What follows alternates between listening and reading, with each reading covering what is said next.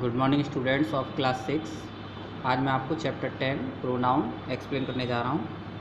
Pronoun क्या होते हैं? A pronoun is a word which is used in the place of a noun, यानी noun के स्थान पर यानी संज्ञा के स्थान पर प्रयोग किए जाने वाले शब्दों को हम प्रोनाउन कहते हैं। For example, he plays with his ball, वह अपनी बॉल से खेलता है, तो वह ही यहाँ पर जो प्रोनाउन है। You are learning your lesson, तुम अपना पाठ याद कर रहे हो, तो यू यहाँ पर प्रोनाउन है। तो काइंड्स ऑफ प्रोनाउन, अब यहाँ पर हम काइंड्स ऑफ प्रोनाउन देखते हैं। प्रोनाउन कितने प्रकार के होते हैं? फर्स्ट है personal pronoun, second demonstrative pronoun, third interrogative pronoun, fourth reflexive pronoun, fifth emphasising pronoun और सिक्स्थ है पजेसिव प्रोनाउन। फर्स्ट है personal pronoun. The pronouns used for person are called personal pronouns. जो पर्सन्स के लिए use किए जाते हैं ऐसे प्रोनाउन को हम पर्सनल प्रोनाउंस कहते हैं। पर्सनल प्रोनाउंस थ्री टाइप्स के होते हैं, first person, second person, third person. First person इसमें सिंगुलर में आई, माई, माइन, मी ये सब आते हैं। प्लूरल में इसके आई का बी हो जाता है, माई का आवर हो जाता है, माइन का आर्स हो जाता है, मी का अस हो जाता है। सेकंड पर्सन में सिंगुलर में यू, योर, योर्स आता है और प्लूरल में इसका यू, योर, योर्स ही रहता है। थर्ड पर्सन सिंगुलर में he, she, it, her, his, hers, him, its ये सब आते हैं। They, their, them. इसके एग्जाम्पल हैं आई एम योर टीचर, तो योर आ गया इसमें। तो he is a good boy, वह एक अच्छा लड़का है, तो ये इसके एग्जाम्पल्स हैं। सेकंड टाइप है demonstrative adjective. The pronouns used to point out the objects are called demonstrative objects. ऐसे प्रोनाउंस जो किसी वस्तु की ओर इशारा करते हैं, संकेत करते हैं, उनको हम संकेतवाचक सर्वनाम या कहें डेमोस्ट्रेटिव प्रोनाउन कहते हैं। फर्स्ट है दीज आर फ्लावर्स, ये फूल हैं। दिस इज़ ए गर्ल, यह एक लड़की है, तो यहाँ दीज है, दिस है, तो ये किसी ऑब्जेक्ट की तरफ या प्राणी की तरफ या लिविंग बींग्स या नॉन लिविंग बींग्स की तरफ ये इशारा करते हैं, संकेत करते हैं, इसलिए इनको संकेतवाचक सर्वनाम कहते हैं।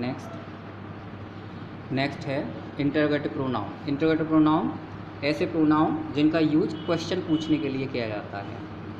फर्स्ट है हु इज़ कॉलिंग मी, मुझे कौन बुला रहा है। यहाँ पर हु जो वर्ड है ये इंटरोगेटिव वर्ड है, यानी इंटरोगेटिव प्रोनाउन है।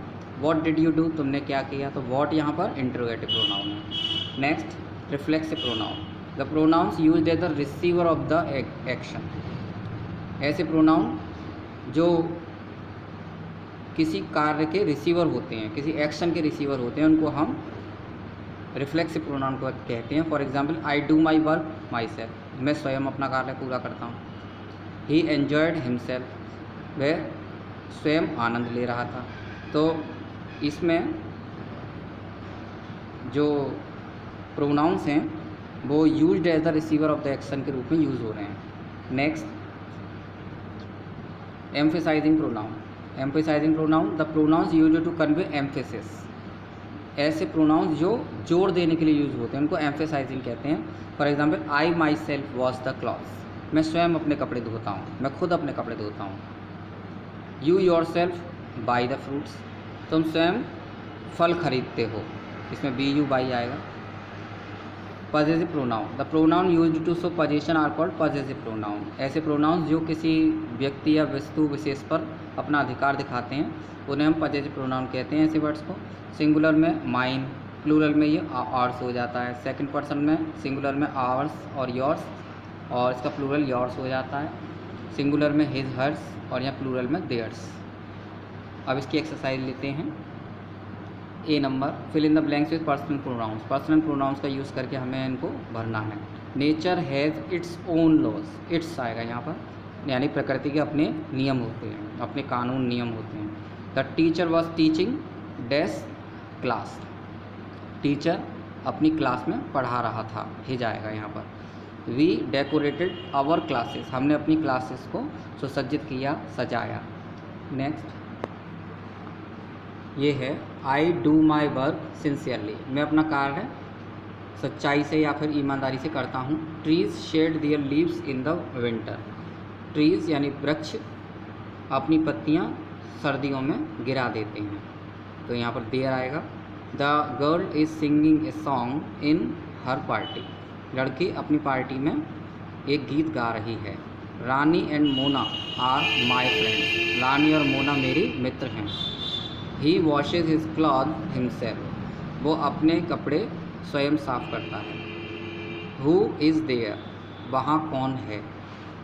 Fill in the blanks with relative pronouns. अब हमें रिलेटिव प्रोनाउंस का यूज़ करके भरना है। He is the boy who won the prize. ये वही लड़का है जिसने प्राइज़ जीता है। The dog who bit you was shot.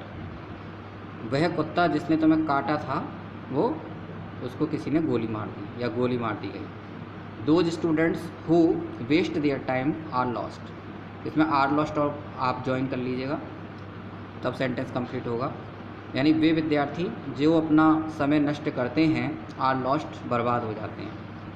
यानी कि वो लोग अपना जो समय नष्ट कर देते हैं तो वो आगे उन्नति नहीं करते जीवन में, वो फेल रहते हैं। Here is the man whose car has been park. ये वही आदमी है जिसकी कार पार्क की गई है, यानी कि वहाँ खड़ी हुई। The knife which you gave me is sharp. जो चाकू आपने मुझे दिया इज़ शार्प, वो बहुत तेज़ है, पैना है। Every man hates the one man. हर कोई व्यक्ति उस व्यक्ति से घृणा करता है, हर कोई आदमी उस आदमी से घृणा करता है। हु टेल्स ए लाई, जो कि झूठ बोलता है।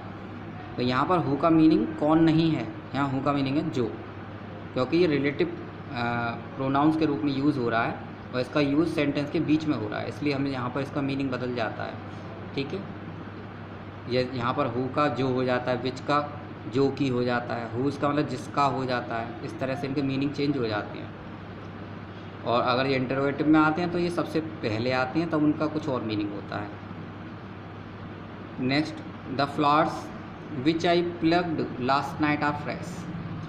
वो फूल जो मैंने पिछली रात, गत रात्रि को तोड़े थे, आर फ्रेश, वो कैसे हैं, ताज़े हैं। Next, there is the girl whom all praise। There is the girl, यानी कि वो लड़की वहाँ है, वहाँ वो लड़की है। whom all praise, जिसकी सभी प्रशंसा करते हैं। इज़ दिस द बैग, क्या यह वही बैग है, दैट यू लॉस्ट, जो तुमने खोया था। I have found the pen, मुझे वो पेन मिल गया है। विच आई हैड लॉस्ट, जो कि मैंने खोया था। नेक्स्ट देखिए, write again the following sentences adding relative pronoun. Relative pronoun को ऐड करके आपको इनको दोबारा से लिखना है। People dash live in glass house should not throw stones. वे लोग जो, तो जो के लिए हु लगाएंगे। People who live in glass houses should not throw stones. जो लोग कांच के मकानों में रहते हैं उन्हें पत्थर नहीं फेंकने चाहिए। सच मैन डैश, इसमें भी हु आएगा। ऐसे लोग जो अपने मित्रों से झूठ बोलते हैं या अपने मित्रों से वो धोखेबाजी करते हैं, शुड ऑलवेज बी अवॉइडेड, उनसे हमेशा अवॉइड करना चाहिए, उनसे हमेशा दूर रहना चाहिए। तो such man who are false to their friends should always be avoided. Next, the doctor, इसमें ब्लैंक्स में whom आएगा। The doctor whom we have sent for is a famous physician। यानी कि वो डॉक्टर जिसको कि हमने भेजा है, इज ए फेमस फिजिशियन, वो एक अच्छा फिजिशियन है, चिकित्सक है। The movement that lost is lost for ever. The movement that lost, यानी कि वो मूवमेंट जो कि लॉस्ट हो जाता है वो हमेशा के लिए लॉस्ट हो जाता है। The rich man lived in this house died of typhoid. तो हम इसमें लिखेंगे the rich man who lived in this house, वो धनी व्यक्ति जो इस घर में रहता था, डाइड ऑफ टाइफाइड, टाइफाइड से मर गया। इसी के साथ ये एक्सरसाइज फिनिश होती है और चैप्टर फिनिश होता है। Thank you very much.